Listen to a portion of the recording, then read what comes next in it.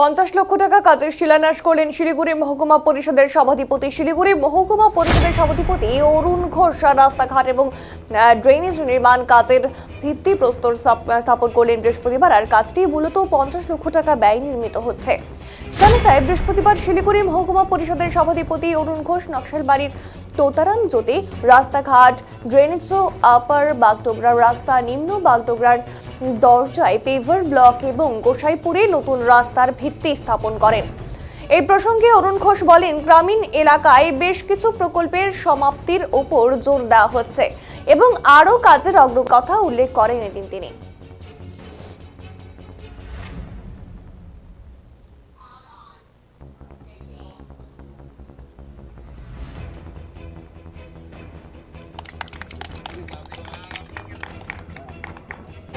নমস্কার, আমরা পশ্চিমবঙ্গের মাননীয় মুখ্যমন্ত্রী মমতা বন্দ্যোপাধ্যায় অনুপ্রেরণায় শিলিগুড়ি মহকুমা পরিষদে অর্থায়ন করলে আমরা নকশালবাড়ি ব্লকের কিছু রাস্তা এবং ড্রেন আজকে আমরা শিলান্যাস করলাম।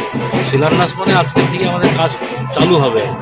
প্রথমে তো আমরা নকশালবাড়ি তোতারাম জোতে একটা রাস্তা, যেটা প্রায় 9.5 লক্ষ টাকার ব্যয় আমরা করছি।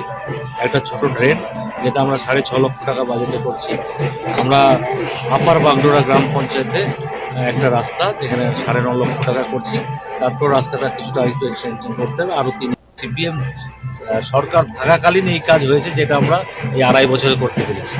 এটা আমরা ধন্যবাদ জানাই মাননীয় মুখ্যমন্ত্রীকে, যে আমরা এইখানে আমাদের এমপি নেই, আমাদের এমএলএ নেই, তা সত্ত্বেও যেভাবে আমাদের ফান্ডিং করেছে, আমরা ধন্যবাদ জানাই এলসিডিএকে, ধন্যবাদ জানাই এনভিডিকে।